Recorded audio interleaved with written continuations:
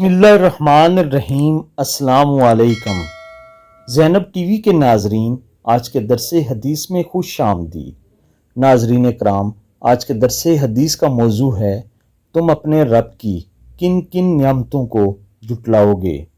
Dialysis के दौरान local इंथेजिया सुन करने की दवा इस्तेमाल की जाती है और इसके बाद गर्दन, सीना या रान की रग में सुराख करके ट्यूब रख दी जाती है।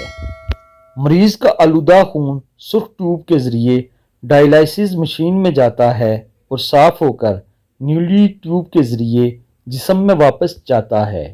इस तकलीफ दे अमल के दौरान मरीज को बगैर हरकत किए 4 घंटे बिस्तर पर पड़े रहना होता है। आमतौर पर डायलिसिस का ये ऑपरेशन हफ्ते में 3 मरतबा और महीने में 12 मरतबा होता है।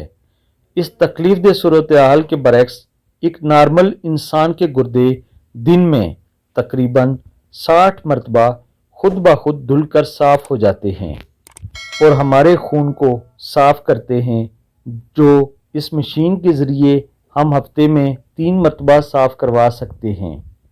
हमें एहसास ही नहीं कि हम अल्लाह की बेशुमार नियमतों में गिरे हुए हैं। अल्लाह ताला नाशुक्री के बोल से हमारी हिफाजत फरमाए। आमीन सुम आमीन।